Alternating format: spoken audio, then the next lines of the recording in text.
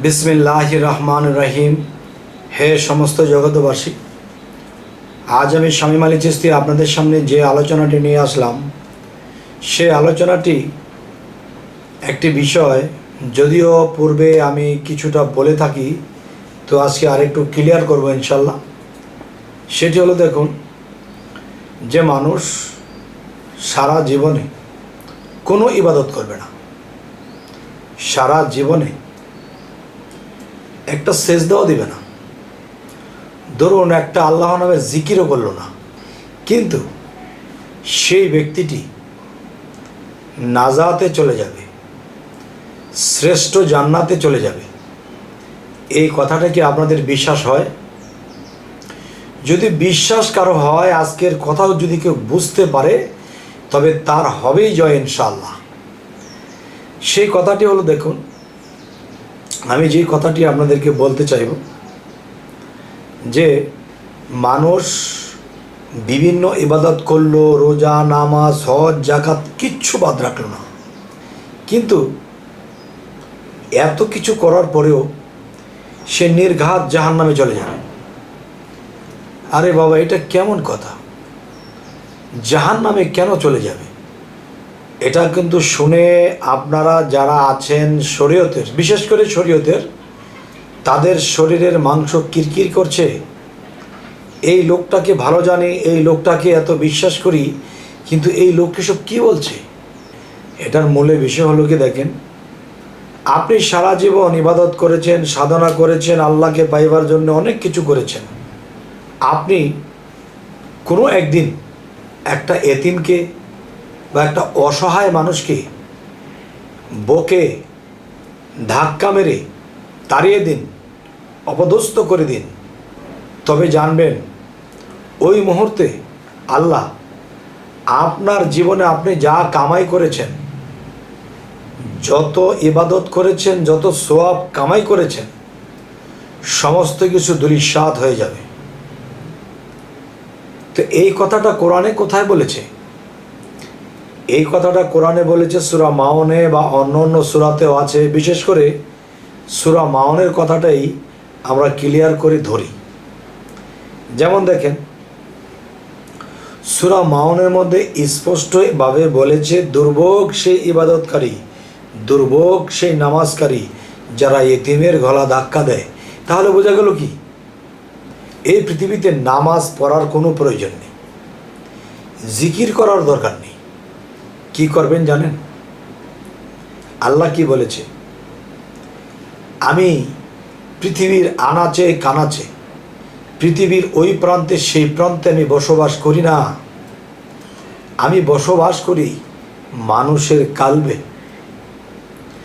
তো যেই মানুষ নিজেকে পবিত্র করেছে, নিজেকে পবিত্র করার পর আমি যার কালবের মধ্যে বসত করি, সেই মানুষটা আসলে তো মানুষ রূপে মানুষে দেখছে, কিন্তু আমি সেই মানুষটার কালবের মধ্যে সর্বদাই বসত করি, সর্বদাই আমি থাকি। আমি যদি একটা ঘরের ভিতরে থাকি, আর এই ঘরটাকে যদি কেউ নাড়াচাড়া দেয়, এই ঘরটাকে কেউ অপমান করে কিছু লাথি মেরে দেয় বা ধাক্কা মেরে ফেলে দেয়, তখন ঘরের ভিতরে যদি আমি থাকি, তাহলে আমার কি অবস্থা? তাহলে আমার ইবাদত করছে, আমার ঘরকে মারছে, আমার ঘরকে অবদস্থ করছে।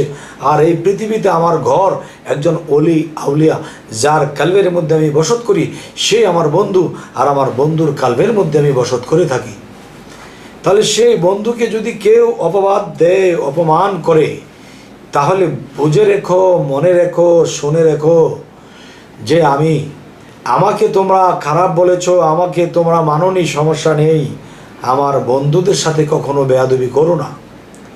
এই কথাটা কিন্তু আল্লাহ কোরআনে বলেছে। আমি এই চিন্তা করে বলছি যে এই পৃথিবীর মানুষ একদল যে অলি আউলিয়াদের মাজার ভাঙছে, আবার ভাঙার প্রস্তুতি নিচ্ছে, আরও জঘন্য কিছু শুনেছি, মানুষটা পর্যন্ত সেইখান থেকে উঠে তা বলতে মুখে বাজে।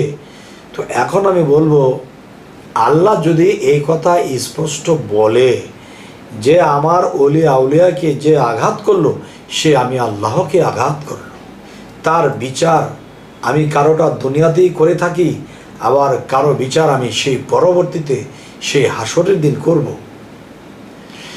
তাহলে আজকের আলোচনার মূলে যে কথাটি বলতে চাচ্ছি, আমি হাতে ধরে পায়ে ধরি, সকলকে অনুরোধ করি যে অলিয়া উলিয়াদের সাথে বেয়াদবি করবেন না। আল্লাহর সাথে করলে আল্লাহ বলেছে আল্লাহ মাফ করবে, কিন্তু আমার অলিদের সাথে করো না। যারা আমার অলিদেরকে দুঃখ দেয়, কষ্ট দেয়, আমার অলির সাথে কেউ যদি যুদ্ধ ঘোষণা করে, তাহলে আমি আল্লাহ তার বিরুদ্ধে যুদ্ধ ঘোষণা করি। এই কথা যদি আল্লাহ বলে থাকে, তাহলে তারপরেও মানুষ কিভাবে মাজার ভাঙে, কিভাবে তারা দরবারকে এরকম করতেছে। দেখেন, আল্লাহকে পাইতে গেলে কিন্তু কয়েকটা পথ রাখা আছে। সলেহীন, সিদ্দিকিন, মুমিনিন, মোত্তাকিন, এরকম নামে 12টি পথ রয়েছে। তো এখন আমি যেটি বলবো, 12টি পথ যে রয়েছে, এর মধ্যে কি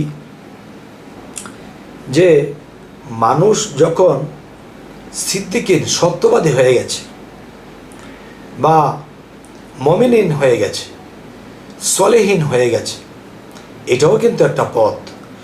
তবে সলেহীন, সিদ্দিকিন, মুমিনিন, মোত্তাকিন, এই 4টা ব্যক্তির নাম বলাতে বা 4টা পথের নাম বলাতে এটা মনে রাখবেন যে 4 জনের পথ কিন্তু 4 রকম। কিরকম? যে আল্লাহ যদি সকল নবীদেরকে নবী মনোনয়ন দিয়ে থাকে, নবী মেনে থাকে, তাহলে কিন্তু আমাদেরও মানতে হবে। ঈসা আলাইহিস সালামের ধর্ম খ্রিস্টান বলে তাদেরকে বিধর্মী বলি, কিন্তু আল্লাহ তো তাদেরকে বিধর্ম বলেনি। মুসার অনুসারী যারা ইহুদি ধর্ম, তাদেরকে কিন্তু আল্লাহ ইহুদি বলে, তাদেরকে খারাপ বলেনি। আর তারা যেরকমই করুক, যেরকমই থাকুক, মুসলমানের মধ্যে তো গণ্ডগোল হয়, খারাপ কিছু হচ্ছে।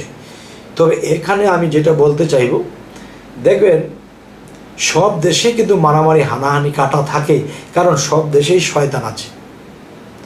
আবার এক সময় ঠিক হয়ে যাবে। কিন্তু আজকের যে বিষয়টি আমি বলতে চাচ্ছি, দেখেন, যে আমরা যাই করি নাই করি, আমাদের সারা জীবনের সমস্ত ইবাদত বরবাদ হয়ে যাবে যদি আমরা অলিয়া আউলিয়াদের সাথে বেয়াদবি করে থাকি। আল্লাহ তো বলেছে আমি কোথাও থাকি না, আমি আমার বন্ধুদের কালবে থাকি, আমি মুমিনের কালবে আমার সিংহাসন, এই সিংহাসনে থেকে আমি সমস্ত পৃথিবী আমি পরিচালনা করে থাকি। তো হে সমস্ত জগৎবাসী, আজকে আর বেশি কি বলবো, যে কিছু কিছু বিষয় যদি ভাবতে যাই মুখে কথা আসে না। যে একজন আল্লাহর ওলি দুনিয়াতে থাকতে পাগলের মতো থেকেছে, তাকে বেশে খারাপ দেখা গিয়েছে, তাকে কেউ নামাজ পড়তে দেখেনি, তাকে কেউ দেখা যায় অজু গোসল করে পরিষ্কার জামা পরতে দেখেনি। এত নোংরা, এত অপবিত্র না বাবা।